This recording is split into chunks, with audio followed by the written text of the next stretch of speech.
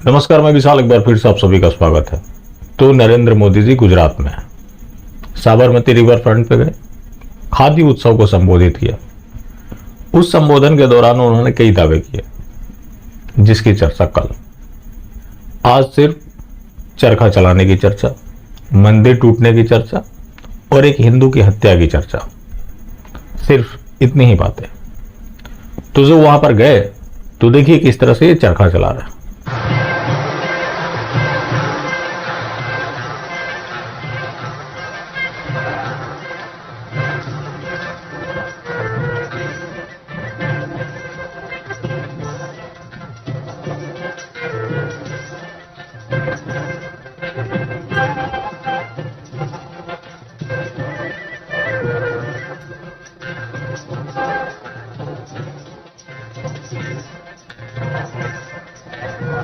इसके साथ ही इन्होंने खादी के सूत की इंपॉर्टेंस बताई कि उसी खादी के सूत ने गुलामी की जंजीरों को तोड़ दिया।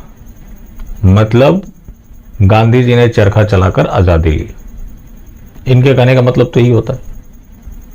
अब जो ये नरेंद्र मोदी जी हैं, बीजेपी है, आरएसएस है, क्या जब विपक्ष में थे तो इस आइडियोलॉजी का प्रचार प्रसार करते थे?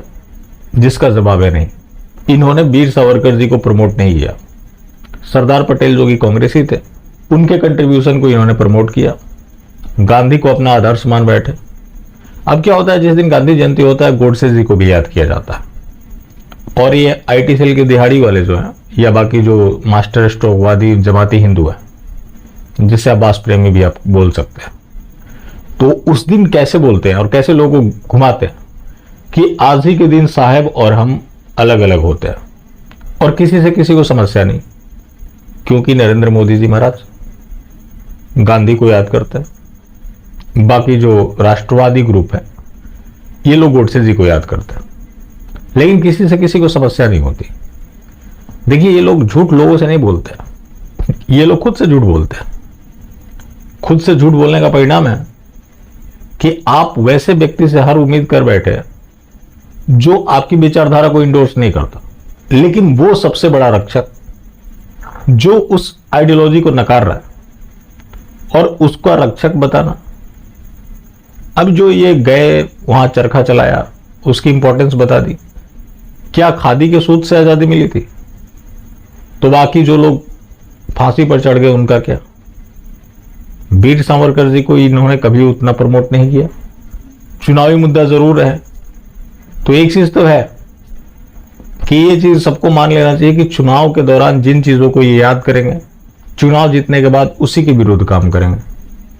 कहीं भी आप उठाकर देख लीजिए, जहां देखेंगे आप, ये लोग इसी पैटर्न पे काम करते हैं। विपक्ष में जनता के साथ और सत्ता में जनता के विरुद्ध। जो इनकी विचारधारा है, विपक्ष में कुछ और होती है, सत्ता में कुछ और होती है। दूसरा मामला भी गुजरात के भूज के माधापुर गांव का है, जहां परेश रहबारी की चाकू से गोदकर हत्या कर दी गई, जिनकी उम्र मात्र 20 साल थी। इस हत्या का मुख्य आरोपी सुलेमान सना। दोनों का कोई विवाद हुआ था। सुलेमान ने परेश रहबारी को कॉल करके बुलाया और चाकू से गोदकर हत्या कर दी। वहां से 4 किलोमीटर की दूरी पर प्रधानमंत्री का कार्यक्रम था। वहां पे अफरा तफरी मच गई। उसकी हत्या के बाद तोड़फोड़ भी हुए। पुलिस ने किसी तरह उस मामले को कंट्रोल किया और सुलेमान सना को गिरफ्तार कर लिया। लेकिन प्रधानमंत्री जी वहां परेश रहबारी के लिए मुंह नहीं खोलेंगे। इमेजिन कीजिए कि वो सुलेमान ही होता तो मोदी जी क्या कर रहे होते? बाकी अन्य मामलों में तो बिलख पड़ते हैं, लेकिन परेश रहबारी के लिए रोना तो बहुत दूर, उसका जिक्र भी नहीं करेंगे, क्योंकि वो हिंदू है और देश में कोई ऐसा जगह नहीं है जहां हिंदू की हत्या नहीं हो रही हो। क्योंकि ये बीजेपी शासित राज्य से है, तो आईटी सेल इसको नहीं उठाएगा, न्यूज चैनल्स भी इसको नहीं उठाएगा। लेकिन परेश रहबारी की चाकू से गोदकर निर्मम तरीके से हत्या कर दी गई। जब उनको चाकू मारा गया, बुरी तरह से लहूलुहान हो गए, तो सुलेमान वहां से भाग खड़ा हुआ। कैसे भी करके उन्होंने अपने भाई को कॉल किया, पहुंचे, उठाकर हॉस्पिटल ले जाते वक्त उनकी मृत्यु हो गई। तो इस तरह से हिंदुओं की हत्या हो रही है। प्रधानमंत्री जी बहुत बड़ी बड़ी बातें करेंगे। अगर ये किसी के लिए नहीं रोए होते तो ये मैं मान लेता कि प्रधानमंत्री की कुछ संवैधानिक मजबूरियां हैं, हो सकता है कि संविधान इनको देश की चिंता करने से रोक रहा हो, लेकिन ऐसा नहीं है। नाम देखकर ये रोते हैं, नाम देखकर इनकी खुशी देखिए, कहीं कहीं इनके आंख भर आते हैं। लेकिन परेश रहबारी के लिए ऐसा नहीं होगा, या फिर बाकी अन्य जगह कहीं भी हिंदू मारे जा रहे हो, इसको लेकर ये संवेदना व्यक्त कर ही नहीं सकते। बाकी जहां जाएंगे कुछ नए नए ब्लंडर जुमले तराशेंगे और लोगों को बरगलाएंगे। ये उनका रूटीन बन गया है। तीसरा मामला भी गुजरात के बाट विधानसभा के वासगांव का है, जहां देखिए किस तरह से मंदिर को तोड़ा जा रहा है।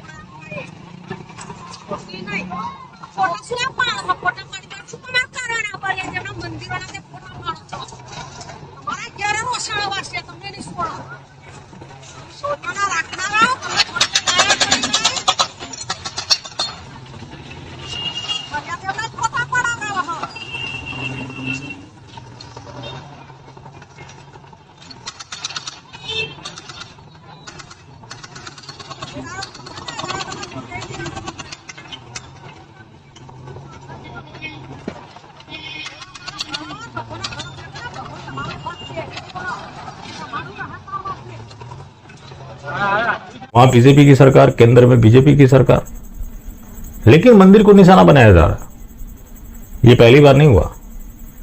मुगल काल में भी मंदिर टूटे, मोदी काल में भी मंदिर टूट रहा है। जहां भी इनकी सरकार चल रही वहां धड़ल्ले से तोड़े जा रहे हैं। कुछ लोग इनको फॉलो भी करने लगे, वरना पहले मंदिरें नहीं टूटती थी, लेकिन सरेआम मंदिरों को तोड़ा जा रहा है। इससे पहले राधा रानी मंदिर को तोड़ा गया था, जिस साबरमती रिवर फ्रंट के पास ये खादी उत्सव मना रहे थे। कुछ दिन पहले की बात है, मैंने वीडियो भी शेयर किया था। जो मूर्तियां बनाई गई थी, जो कारीगर बनाकर बेचते हैं, जो कि वहां मूर्तियां हजारों से भी ज्यादा थी, उसके ऊपर बुलडोजर चलवाया गया। इसी राष्ट्रवादी सरकार ने चलवाया। लेकिन इसमें कौन सा मास्टर स्ट्रोक है समझ नहीं आता। जब ये गुजरात के सीएम थे, 80 से ज्यादा मंदिरें तुड़वाई। इसके अलावा एक मदरसे को लेकर कोर्ट का ऑर्डर था, जिसको इन्होंने नहीं माना। तो आखिर जहां भी विकास की बात आती है, क्यों मंदिर आड़े आते हैं? कुछ और भी तो आड़े आना चाहिए, ऐसा नहीं सिर्फ मंदिर आड़े आते हैं। जो हमेशा आप सुन रहे हैं कि लगातार मंदिरों को तुड़वाया जा रहा है। एक वीडियो मैंने डाला था कि ये हिंदुइज्म के बारे में क्या सोचते हैं, लेकिन मेरा मानना है कि किसी का हिंदू धर्म में विश्वास हो, थोड़ा सा ही सही, वो मंदिर तोड़वाने की दुस्साहस नहीं कर पाएगा। लेकिन इनके कार्यकाल में लगातार हो रहे हैं। पहले गुजरात में होते थे, अब पूरे देश में होने लगा, क्योंकि इन्हें विकास करना है।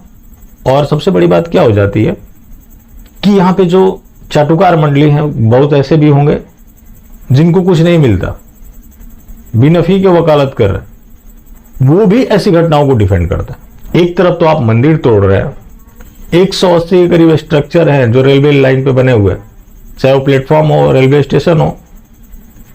180 के करीब अवैध कंस्ट्रक्शन रेलवे की जमीन पर बने हुए, जो कि स्टेशन पे है, रेलवे की पटरी पर है, स्टेशन के बगल में है, जहां मजारें बन गई है। उसको लेकर यह सरकार राज्यसभा में जवाब देती है कि ये इतने इलीगल स्ट्रक्चर हैं, लेकिन उनको हटाना मुश्किल काम है। स्टेशन पर मजार बन जाता है, लेकिन कोई मंदिर कहीं भी हो, कहीं विकास के नाम पर, लेकिन मंदिर कहीं भी हो, वो जरूर निशाने पर होता है, उसको तुड़वाया जाता है। शायद नया भारत की यही पहचान है, जिसके तहत धड़ल्ले से मंदिरों को तुड़वाया जा रहा है, लेकिन कहीं कोई चर्चा ही नहीं होती, क्योंकि जो इनके हिंदू द्रोह से जुड़े हुए मामले हैं उसको लगभग दबा दिया जाता है। लेकिन अपना यह दायित्व है, जितना संभव हो सके जो न्यूज दबाए जाते हैं उसको हम दुनिया के सामने लाएं। बाकी जिंदा रहे तो फिर मिलेंगे, और मिलते रहेंगे तो जिंदा रहेंगे। मिलना सुनना जारी रखें, लेकिन हाँ, मास्टर स्ट्रोक वादी बिल्कुल भी ना हो।